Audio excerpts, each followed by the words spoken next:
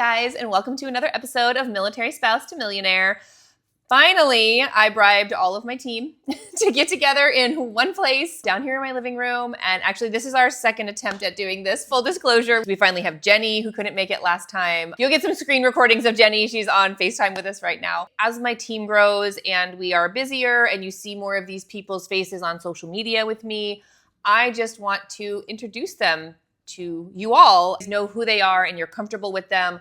I have been talking to more and more people recently and sort of using the analogy of finding home being a ship. And I am obviously the captain of the ship, but no ship can, leave port without a crew, without a staff, without people doing the very important things on the boat that get it to run. So I definitely don't captain this ship on my own. I do have an entire staff and team of people behind me that make every single transaction happen.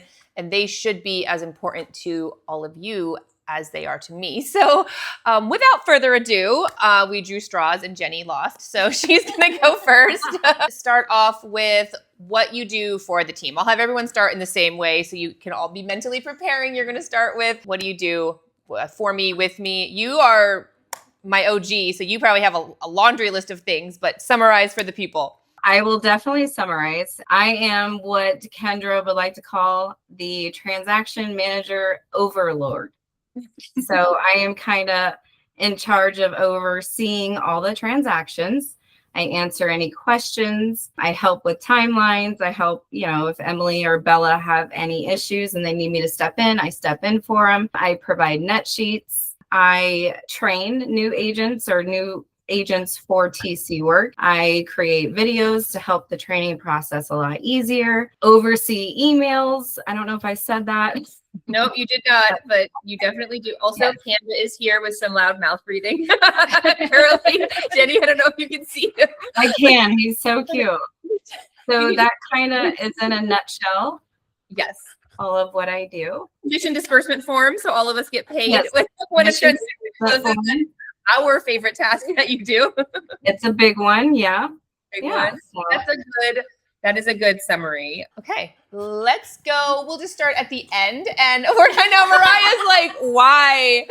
That was perfect, Jenny. So give Mariah the cup. So the reason that we picked these tumblers to have the microphone on, yes, is because this is part of my housewarming gift to people and is the most coveted of all the housewarming things that I give. Whenever I pull out this tumbler, people are like, the cup.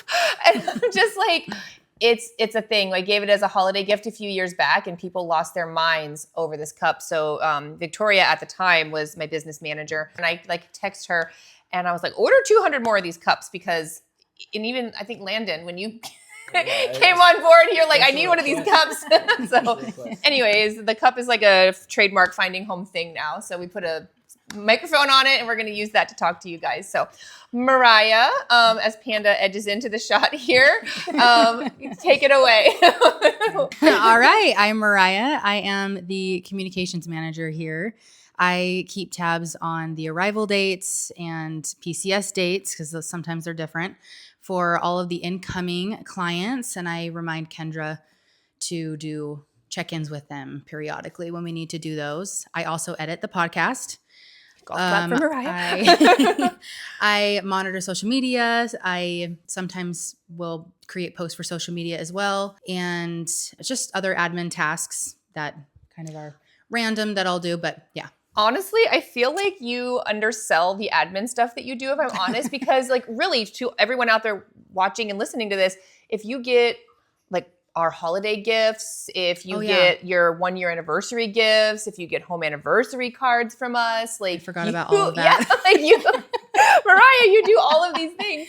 Yeah. You really manage that and you send me the every year for your home anniversary, spoiler alert, you're going to get a gift from us. Mm-hmm. And so I'll send her the list every single month. And ordering those things and just, it is a lot to manage. I think you really... I keep the wheels turning a little. Yeah, I feel like every time you talk about your role, you always forget that stuff, but it's huge. It's so huge. And it's something that I get a lot of messages about. People are like, just recently, someone was like, thank you for the basket. Good, okay. And they're so appreciative. So really be thankful to Mariah in part because she's the one ordering it and tracking it. And I know you're coming. Yeah, I know, right? Okay, Landon, you're up. Hey, my name is Landon. I am broker in charge of HB Homes, which powers finding home. I wear a lot of hats with Kendra's team. I am an assisting agent, co-lister, and I help with buyers. I handle the property management. So if we have past clients who want to rent out their property, I'm the point of contact for that. And I sit down with Kendra and those clients and kind of flesh out what it looks like for them to rent their house. I put up the lock boxes and signs. Which is huge because nobody wants to do that. Yeah, the first time we did this podcast, I made a joke of I was going to sue Kendra in 10 years for hearing loss because the mallet, when you hit the stake that Thor's goes in hammer. the ground. And then we started talking about the name of Thor's hammer, which Emily knew. straight tinnitus in your ears. But anyway, so yeah, that's who I am. And I sign all the documents. Which is a lot. And nothing against John Davis, who is our broker. We love him, but he travels a lot and he is older and goes to bed at 6 p.m. And so having someone who is up at, 10, 11, 12 o'clock signing 1, documents. 2, 3. The night crew. Yeah. I get up in the morning sometimes and just see a string of text messages. Emily just saved Panda's life from falling off the couch. I just see a string of text messages from the night crew, which is typically Landon. Jenny, which is bullshit because you're on East Coast time. Jenny is in North Carolina, fun fact, and this bitch is up signing shit or like reviewing things at 3, 4 in the morning her time. And we literally have to be like, Jenny, we love you. Go to bed. Absolutely not. But appreciated. Yes, like all the time. Landon is now accosting, or Panda is now accosting Landon. Hey, I'm the victim here, guys. Hi, my name is Kama. I'm an assisting agent. The first time you meet Kendra in person, it's either Victoria and I, and we're there in the car. We go schedule the showings for you. You send us the properties you like. We reach out to the sellers. We get that time frame down, where we're going to start, where we're going to end. And then any more house hunting that you want to do, Victoria and I are out there with you, going to see these homes in person. Sometimes you can get catfished by nice pictures, and then you see it in person, you're like, so this many is times. Trash. We write up the offers too. Once you're ready to pull the trigger, we communicate with the agents back and forth. And then once you're in contract, we go and schedule your home inspection. We go to that with you. Inspector goes through all his findings, tells you what's good with the place, what's wrong with the place. We negotiate if there's any repairs we need, maybe more credits we need, and then pretty much like hold your hand and walk you through the whole process. Yep. Because Kendra just honestly can't be everywhere with everyone all the time. Until cloning technology develops Correct. some more. Then she won't need any of us. And then you're all fired. No, I'm joking. No. And The world does not want those problems. Finding jobs. But until then, I need, because I can only be so many places at one time. Because sometimes when you're going to like a second or third day of showings with clients, Victoria and I are going to day 1 of house hunting with clients. Right. And then the third day, clients that you're out with, they want to offer on a property. So I hop in and I still advise them on the offer and work with the client to figure out the offer structure. And then, you guys write it up. But if you, as a client, if you were waiting for me to do all of that stuff, you would not be getting your offers. Like, these guys are like pizza delivery people. You have your offer in 30 minutes or less. Like, once they can be at their computer and they're drafting it, but I'm doing 10 other things at that time, and it would really slow down the process. And I've been very grateful and fortunate my whole career, like starting with Jenny 9 years ago, Jenny. Always having someone there, like behind the scenes, that's a licensed agent that can kind of do that stuff. So when I was still doing, because there was a time where I did every single job on this couch, like even my first like 6 or 7 transactions I did without Jenny. It was just me. It was very limiting. Like, I wouldn't be able to do the volume that I do now or reach a number of people that I'm able to reach now. So when I'm out on day 1 of house hunting, meeting a new client for the first time, and you're on day 3 of house hunting and an offer needs to be written, I can take the 30 minutes it takes to advise somebody on an offer and put it in the group chat that we have, and you're banging it out, sending it to them and sending it to the agent. So their offer gets in within an hour or less of someone saying, I want to offer. Your offer is over to that listing agent. And no joke, so many times we get listing agents like, how did you get this to me so fast? You just saw the property an hour ago. How do we already have an offer? And it's because you guys are behind the scenes. I think to your point is people really don't understand if you have one client and one client only, like you're able to wear all those hats and do all those things because Sure. they're in line and in order. But the second you pick up a second client, and you obviously have more than 2 clients. Yeah. The second you start, like the level of service just decreases. Yes. And like if you don't have these people, if you don't have the Jenny, you don't have the TCs, you don't have the person assisting you, Right. like the service to the client actually degrades. Right. And that's maybe a client doesn't notice that, but like on this side of things, like you can't be as effective of an agent unless you have a team like this. Yeah.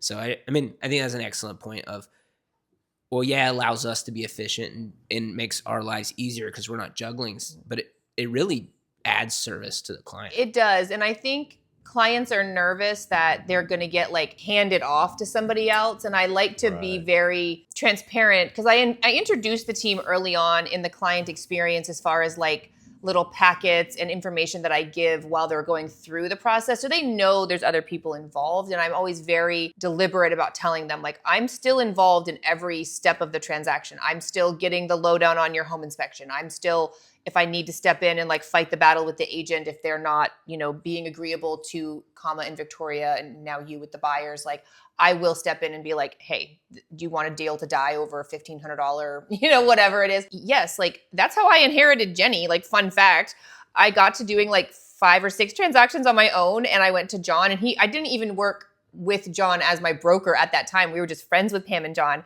And we went to dinner at Monkey Pod and I'm at the table like, John, I went 6 months with no deals. I got my license, went 6 months with no transactions. And Clayton's like, you left that last job that you had on good terms, right? Like what's going on with this real estate thing? But then I got my first deal. And then within a week or 2 of that, I had my second transaction. And then before those could close, I was in like 5 more deals. And I was just at dinner with John, like, I can't do anything else. Like I couldn't prospect. I couldn't have client calls. I couldn't do literally anything. And that was only at like 6 or 7 transactions. And he was like, I'm going to gift you Jenny, and very begrudgingly, because Jenny had made it very clear to John at that point, because Jenny was actually John's transaction manager. I was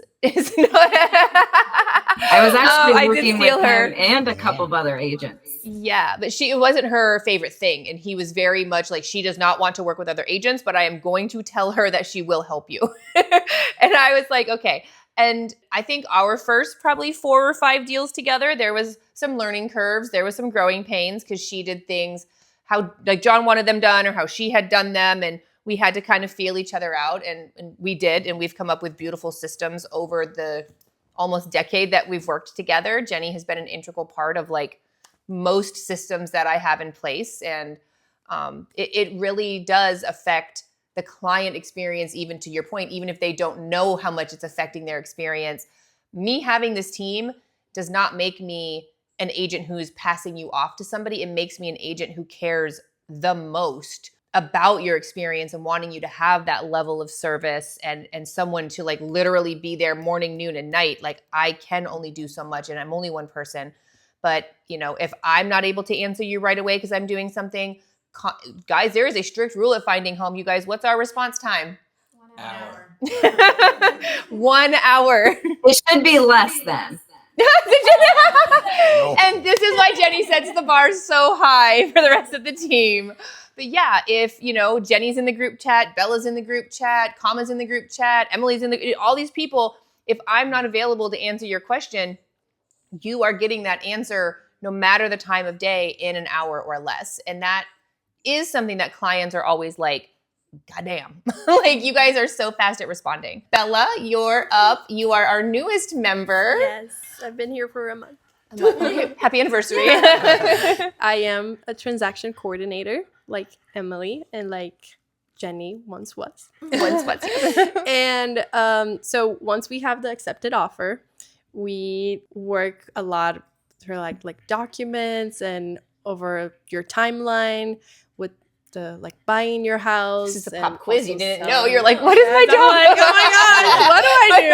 I have 4 transactions. I should know this. But we work we create the group chats, we send you guys emails, we send you a bunch of documents to sign. Which we're all reviewing behind the scenes. We're not just sending them to you, expecting you to like know what they Yes. all are and look at them. We do a lot of like background stuff. I feel like most people don't see what we do. True. But they're responsible for the timeline and everything that we have to follow the due dates and everything. That's good.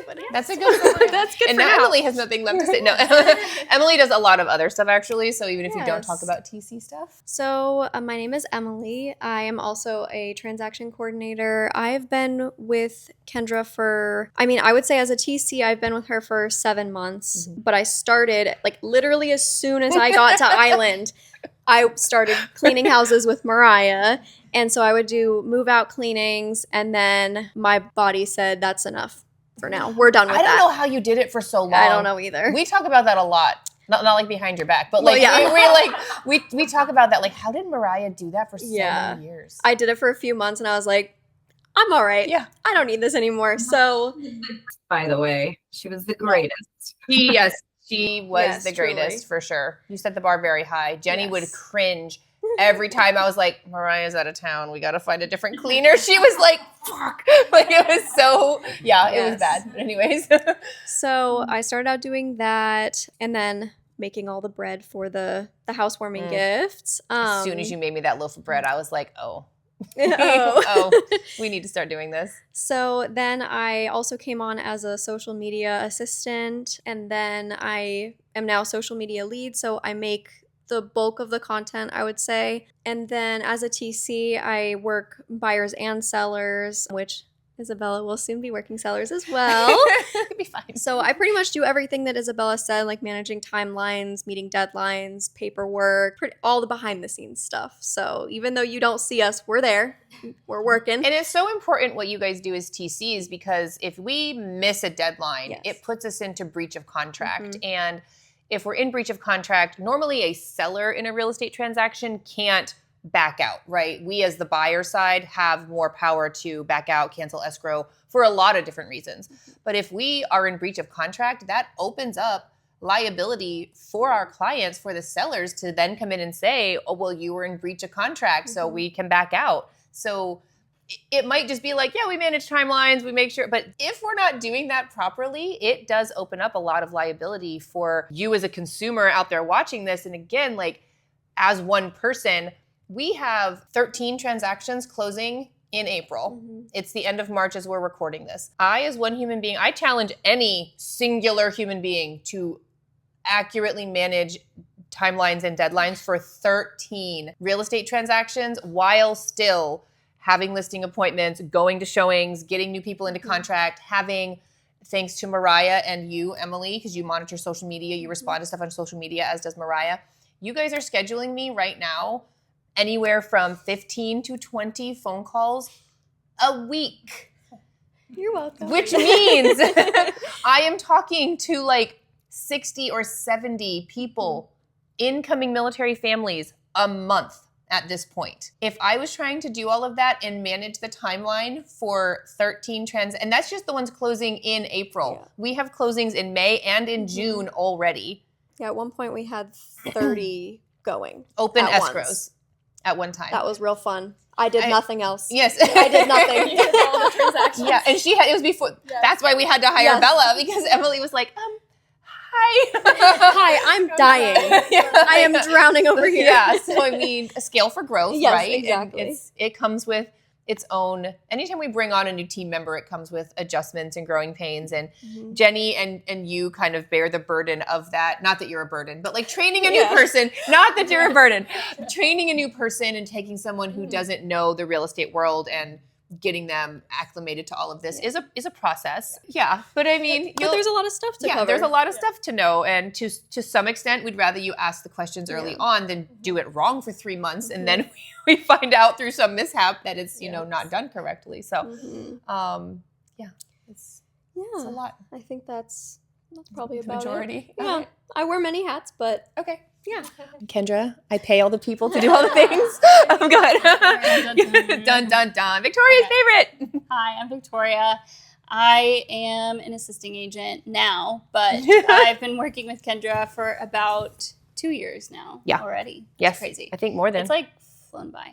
Yeah. But I started as kind of her social media manager, business manager. I've done TC work. I've done all the things, but I really wanted to get my license to help military families on their journey with home buying and home selling, and kind of just being there when you can't. Yeah. So going to open houses, home inspections, final walkthroughs, a lot of like the behind the scenes stuff that you don't see, talking with other agents, but just doing a lot of what Kama said and helping them through the process. Very comprehensive. Okay, now we'll go back to Jenny. So we're going to start with Jenny and we'll work our way back around this way. I want a toxic trait, a fun fact, and something that irritates you or just like you wish was different about the industry. So do toxic trait first. Besides the fact that you don't sleep. Just kidding. I have lots of toxic traits. No, I would think that my main toxic trait would be my control issues. I have a major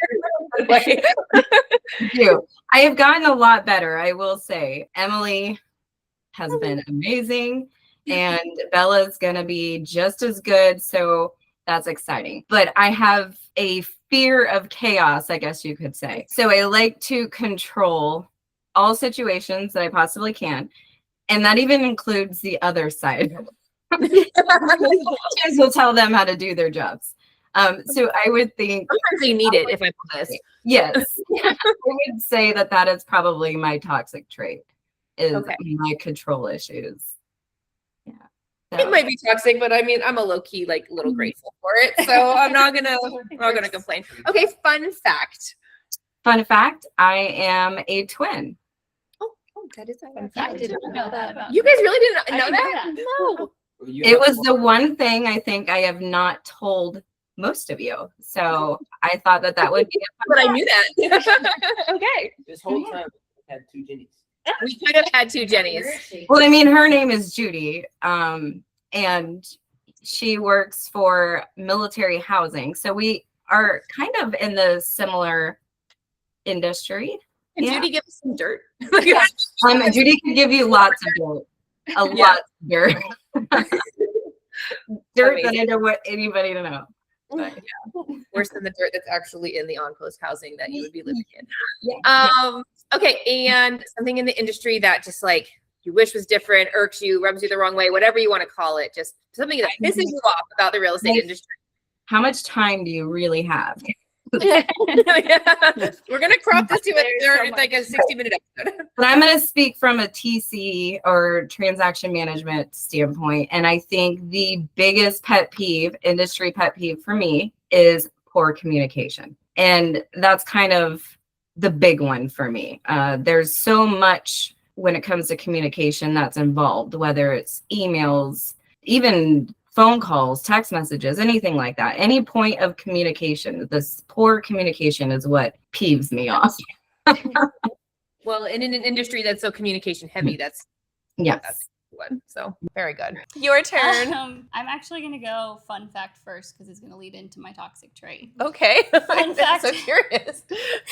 Fun fact about me is I'm curious if I know this or not. I'm like dying to know. Go. every few months I start like a new hyperfixation project or hobby, and right now it's needlepoint. So I have like 5 needlepoint projects that are going. I did not know. I don't know this. But that no, needlepoint is like on a canvas. Yeah, Like but cross stitching? Kind of, yeah. It's like Martha Washington over here. I spend so much time with her. I didn't. That was my Interesting. Christmas gifts for people over Christmas. But that leads into my toxic trait, Which is I never finish a project before starting a new one. So I, at any given time, probably have several unfinished projects. okay. Which, yeah, my husband's like, "Can you stop picking up new hobbies? Can you finish one Yeah. first?" You're like, no. No. Do you have any projections on what the next hyperfixation? How does the hyperfixation come to you? It's like creativity. So Okay. like I did scrapbooking. Okay. Now it's needlepoint. I tried to make a scarf. Tried knitting. That's hard. Em does it. I do crochet. Crochet. Knitting Yes. is hard. Yeah. But yeah, I do What's the crochet. difference? Knitting is 2 with 2 needles. needles. Okay. Crocheting is like with 1 hook and Okay. it's more. Oh, Yeah. I don't know. I like to try new things. I go to Target. Sorry. Okay. Okay, Um, my professional pet peeve. Yes. I don't know that it's so hard because there's so many. I think today I was just talking to you about it in the car. I think it's brokers who don't know how to be an agent in the first place. We received like an offer last week, and they were like, "Send us all your corrections for the offer." And I'm like, "You wrote the offer, so we shouldn't have to be correcting your offer."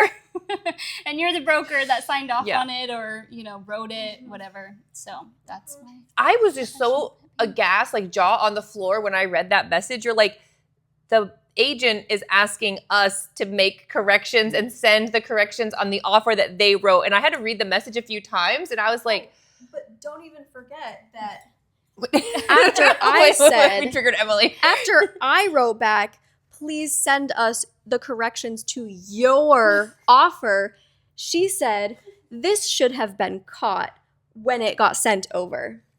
Ma'am, what are we doing? What is this? We don't work for you. Oh no, you're good. Oh, no, she's like, just give it back.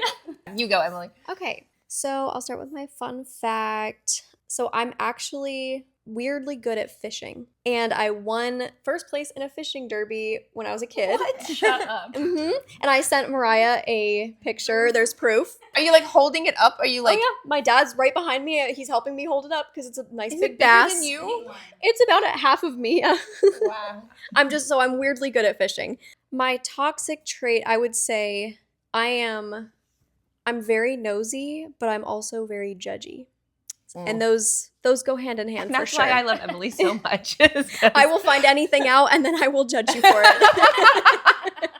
I'm scared. Yeah, no, you're not really encouraging the rest of the team to share. I love all of you, so it's okay. Okay, and then my pet peeve kind of goes with both of yours a little bit. So There's a trend. yeah, I can't stand when, let's say, somebody like the seller side, we're the buyer side. The seller side is overdue on something. So I have followed up 3-4 times. Hey, it's me again. Where are these things that we need? And I just get ignored. And then I end up having to write up the amendment to extend it, do their jobs for them, or they just don't send it to me. And then they're like, oh, well, we have now satisfied this contingency, so we no longer need it. And I'm like, that's so lazy. It's literally just a few words on an amendment. Just let's not be in breach of contract. So that's my biggest pet peeve, is doing other people's jobs for them. Okay, fun fact. I speak 3 languages, but not just because I want it, because I was born and raised in Brazil, and then I also lived in Chile, and then I moved to the US, so I had to learn. That's so impressive to me. Yes. Toxic trait, probably, I like to speed. She has So- a speed.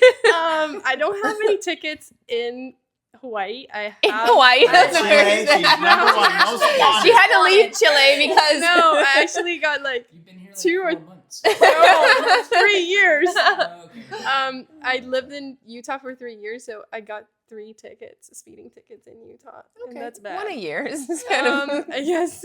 Yeah. Okay, and pet peeves. I was planning on saying what Emily told Sorry. you guys. Yeah. No, that's a But valid pet peeve. I've been ignored. There's a few documents overdue, so I have to What follow up with irritates them. me on today. that topic is that they'll ignore you guys, and then Jenny or I will have to get involved, and we'll send largely the same message, and Yeah. then we get a response.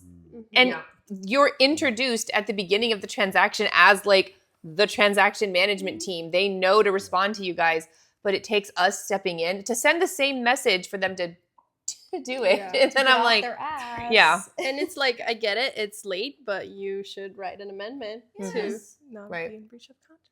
Exactly. Okay, comma. Concur. My toxic trait can be your greatest strength. So when people move to Hawaii, they're like, the first thing they say when we take them house hunting, a lot of the times they go, how is my couch going to fit in here? And I'm like, it's not. You're going to have to sell that. So my toxic trait is I purge. You ever heard of the annual purge? Well, that happens at my house. Quarterly. all the time. Yeah. I don't get attached to like material things, like couches, chairs, dishes, Yeah. stuff like that. So, and even clothes. Like one time I just got rid of all my clothes, and then I was like, oh my God, I don't have any clothes. And then Kama and I went to Lululemon. Lululemon all year long. And then I looked at the end of the year, I was like, wow, I have a lot of Lulu shorts. This is crazy. So this year, no clothes. One thing I don't like about the industry is, okay, this agent told me the other day, I have sold 30 units in this building my whole career, and no one has ever asked me to do this before. How's it, bitch? 30 sales in 30 years? So that's one deal a year. Just because you haven't done it before in your many, many years doesn't mean it's not, that doesn't mean anything. Right. Like Kendra does over 100 over the last few years. And that's more than 100 a year for the last few years. Yeah. And that's way more than what most agents, I'd say like 90% agents do. 99% have ever done agents. in their career. Yes. Yes. And wait, she's only been doing this on about coming up 10 years. Let's Yeah. round up. Like a lot of these agents are ancient. Like they're like, you see their photo online and you see them in person, you're like, That picture's from 2000. You gotta update that photo. black and white, one color. Okay. Yeah, that's another. Okay. Anyway. Second pet And peeve. then fun fact, my name is really long. Oh my God. But everyone just calls me Kama. But my whole name is Kamaihukai Kaha Kili Noholani Nihipaleapukeha. My name will tell you where I'm from, what my family was known for, and what it was like around the time I was born, like the weather, stuff like that. So it's all in that name. Yeah. That's amazing. I've known Kama for a long ass Yeah. time. Like, I think I've known Kama maybe as long as Mariah. So you guys are the two people I've known the longest. That is only the second or maybe third time ever. And now you got to record it. Now I got it on Say camera. that 3 times fast. You can speak Hawaiian. Yeah. That's amazing. Thank you, Kama. That's Yeah. a very big deal. Mhm. Okay, Landon, you up? Fun fact, I am a college basketball referee. So from the months of November to March, I travel a lot. I referee Division I basketball. A lot of that skill set, I think, translates over to both the customer service and also dealing with difficult people, which kind of leads into my irritation with the industry. But before I get there, my toxic trait is I am really, really, really bougie when it comes to food. I order the expensive things at restaurants, but if I'm cooking, and I love to cook, I don't do substitutes. I don't get it's not even like off-brand versus it. Like I go out of my way to find the real ingredient. Yeah. Especially like if I'm cooking something that's more so like you need to be true to the ethnic roots of the dish. Like I will go get the herb that you just can't find it. Right. You go to like H Mart to get like the really specific Yeah, stuff. for sure. Don Donkey. I'm in My there. sister-in-law loves that place.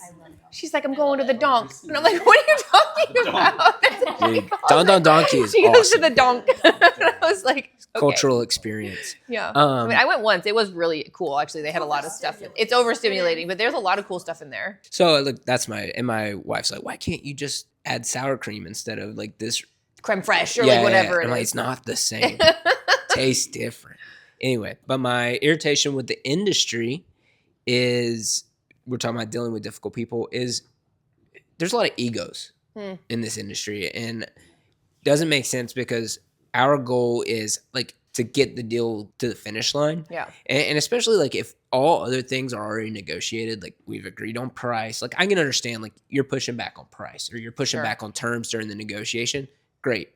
But if like we're under contract and you're just ego tripping or like you're adjusting timelines by one day, Yeah. when We just had that happen. it's like our broker John loves to call it leg lifting. He's like, that's just leg lifting. That's just like, that's my John Davis impression. He's a grumpy old. I love John, but he's a grumpy old submariner. He is a barnacle. He is a grumpy old barnacle.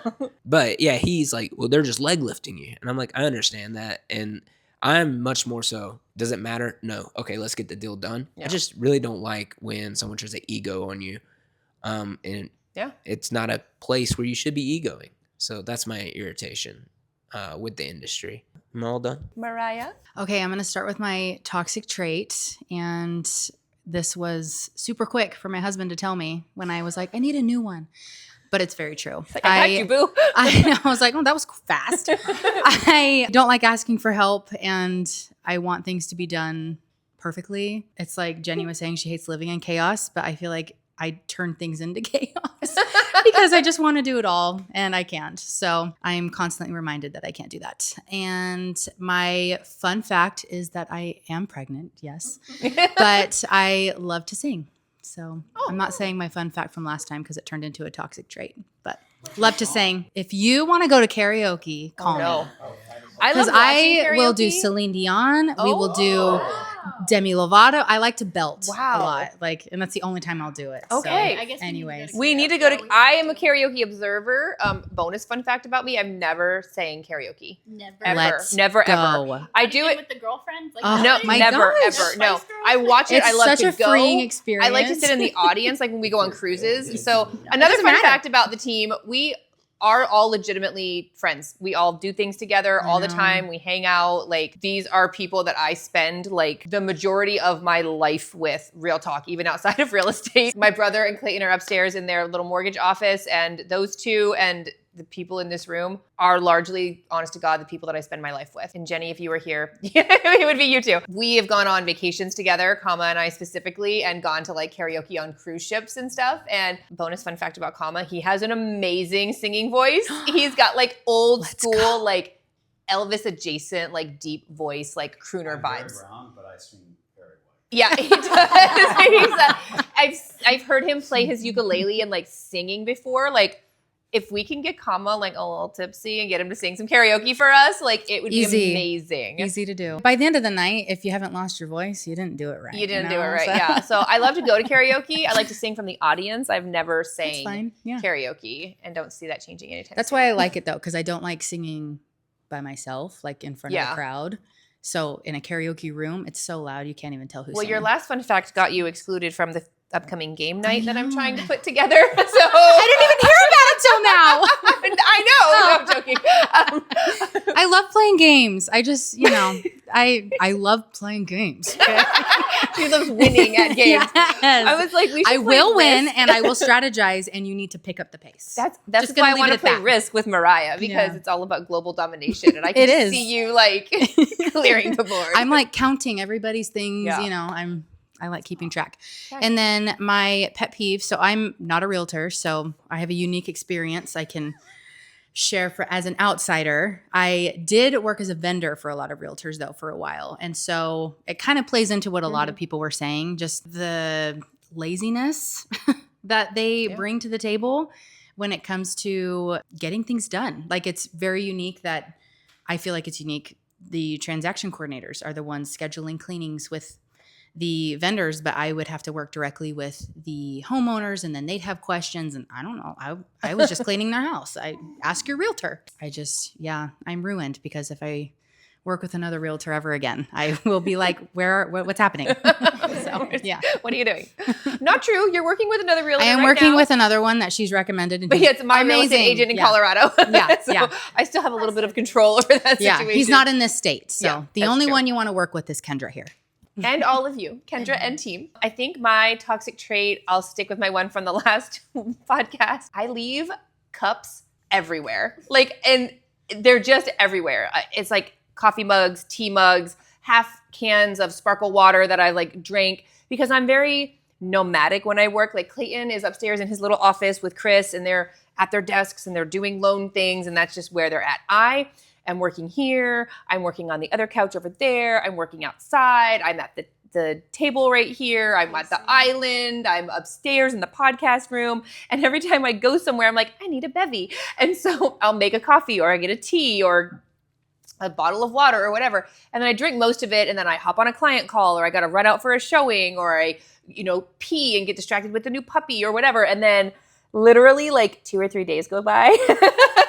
By I'm honest, I was like, what timeline do I want to give for this? It's literally like, you said you wouldn't tell anybody the truth. No, it's like 2 or 3 days, but I go around and normally it's in the morning when I go to get coffee and I'm like, where the hell are all my fucking coffee cups? They are strewn around the house. Or when Clayton is gone and he's getting ready to come home and I'm like tidying up the house. And I went around and I was like, there was a pile. I sent a picture in the group chat to the team. It was like 2 cans of sparkle water, 3 coffee cups, and one was tea, one was coffee. And they all just were upstairs in various random places. So my toxic trait is, and I'm normally a very clean, organized, like on top of things person, but yeah, like drinking vessels, I just leave strewn about my house randomly. My fun fact is I am not very religious. I wouldn't call myself like a overly religious person, but I am very spiritual. And the team just learned this about me the other day. And I am very much into like astrology and just I don't know. I'm not like a religious person. I don't believe in just one thing with religion, but I am very spiritual and think that there are just like things in the world that like affect you with like astrology and things like that. So I'm like, I know Clayton, like this is Clayton Chinese astrology, like the Chinese calendar, it's Clayton's year because he's a horse and it's like the year of the horse. And last year was like the year of the snake, which is my sign's like enemy sign. And I'm a pig. I'm a water boar in Chinese astrology. So like, I don't know, I find that kind of stuff fascinating and knowing like if you were born under like a full moon or like what was happening astrologically, you know, it's not in my name, like in comma, but you know, I think that stuff is very cool. And I think if there are things like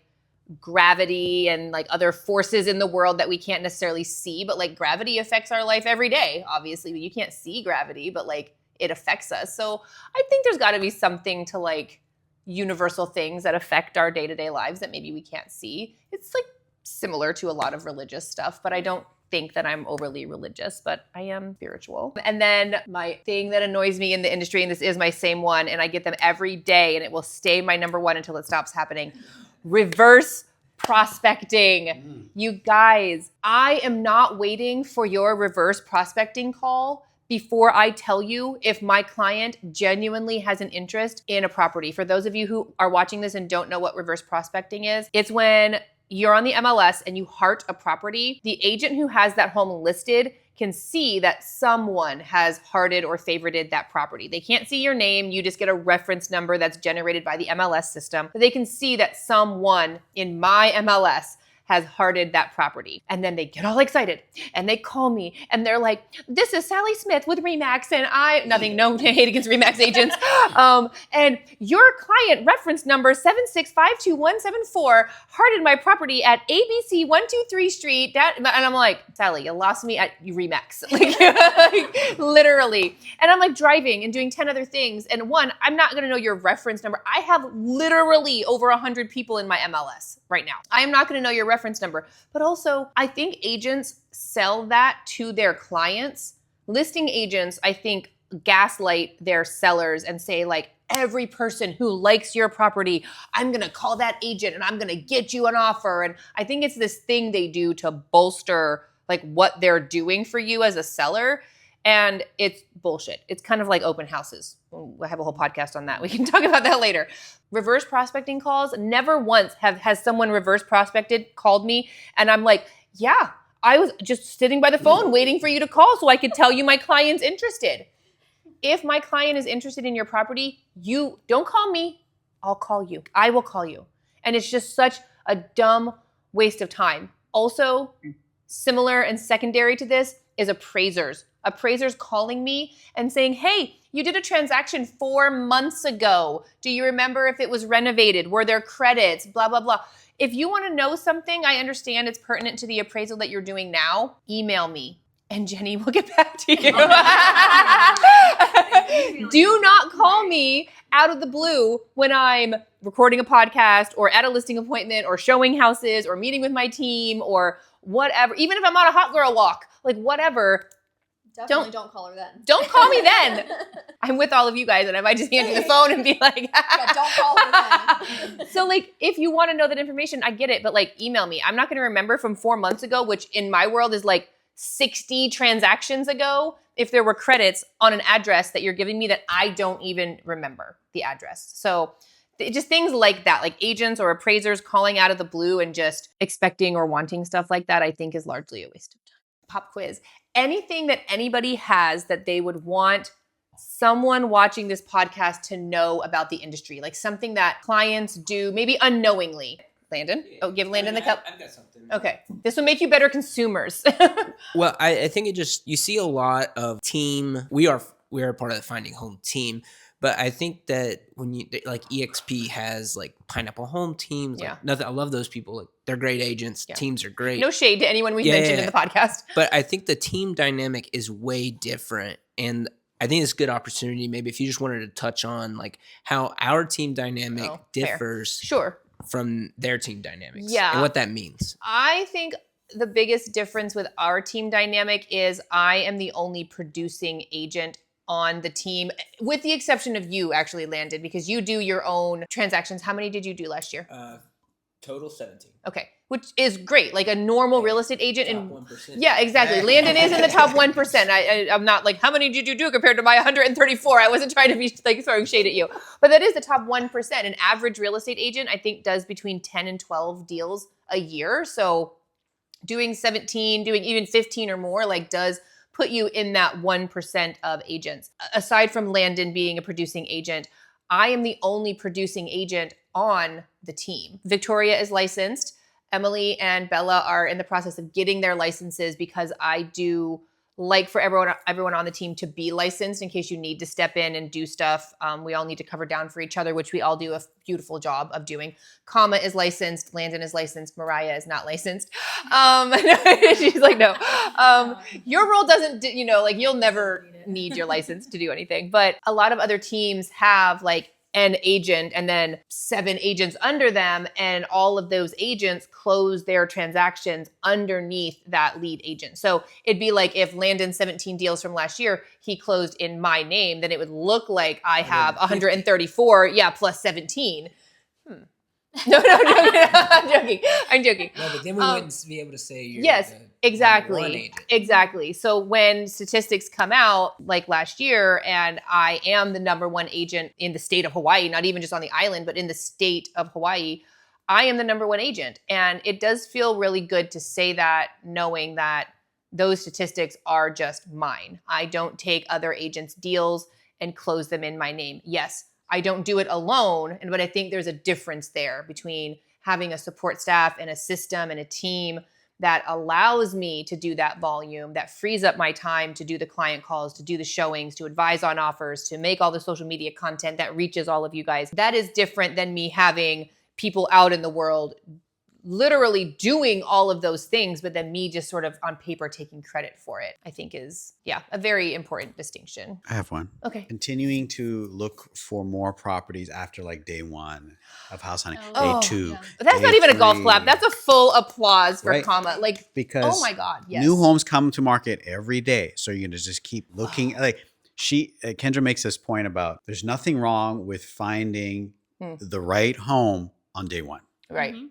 Because we do a lot of groundwork to make that happen. That's why I talk to people so far in advance, and we get them looking in the MLS and they're giving us properties that they like, and we're giving them feedback like months before they get here. And so when you do get here, we try to have a very solid understanding of what a client is looking for. We ask you to send us your top like 4 or 5 favorite properties. And then by we, I mean Victoria and Kama, we do manual searching on our own. Or if I've seen a house recently, I'll let them know like, hey, also add this house. Or if I have a listing that would work for you, I'm like, hey, add the, whatever listing. Trying to make day 1 like the cream of the crop. Like that's the best of the best. It doesn't matter if you find the right house on day 1 or day 10. If you find a house that works for you and is in budget and your family likes it, why would you talk yourself out of it being the house that you pursue just because you find it on day 1? Yeah, we're in a weird market right now where you can have $40,000 in credit on a property, but in a few streets down, a different neighborhood, you can have another property that will have 10 offers on it. Sure. And I think that's a very important conversation to have like with Kendra or with me Victoria and Kama, like if we're your assisting agents as well, if we get, we will know, right? I brought a buyer to one of Kendra's listings. Yes. We had 3 offers and less than 2 like weeks. 20 people at an open house. Like it was crazy, but Yeah. we knew that house was going to be hot. So we will have an understanding of if a property is going to be hot. And if you're wanting to offer on a property, I think it's an important distinction that you need to like decide, are you chasing a deal or are you chasing the property? Yeah. Because if we give you the indication that, hey, this one's going to be hot, and you're like, I want to offer 10K under asking, it's not going to work. Right. And I'll tell you that up front. I will submit whatever offer you want, but I'm Right. going to manage your expectations. The clients that we gave keys to this morning, they offered $100,000 over asking price. No credits, no concessions, no nothing. It had, I want to say, over 100 people go through the open house. And I don't even remember how many offers they said that they had. It was like 13, all right? We offered $100,000 over asking price. It appraised. So I think the agent listed it low to get that kind of frenzy, you know, it did appraise. But yeah, I had to have that talk with them like, hey, if this is the house, if you're telling me like full stop, this is the one, you have to understand you're not going to get the credits for the buy down. You're not going to get your closing costs covered. And that's exactly to your point. Like, yeah, but if they had looked somewhere else or even at a different style of property, it wouldn't have maybe been that intense, and they maybe could have gotten some credits, but they didn't want to chase the deal. They were prioritizing, and this is a more long-term home for them. They were prioritizing the house. And there's nothing wrong chasing the deal or there's getting the like super no wrong answer, good but you have to know property. the difference. And both will have dividends down the road. And just Yeah. knowing and having that conversation, which Kendra's really good at, of like laying out all your options and what it looks like to offer on the single family home in the better neighborhood versus a single family home across That needs the street. work. Yeah, that even needs in the some same work. neighborhood that needs work, Right. or at a townhouse one neighborhood over, because the townhouse market versus single family home market drastically different right now, For sure. in my opinion. Yeah, 100%. But to Kama's point, yeah, like don't set yourself up for failure, buyers. If you find a house and you've decided on the house and we're offering on the house, you need to stop looking at houses because new houses will come on the market every single day.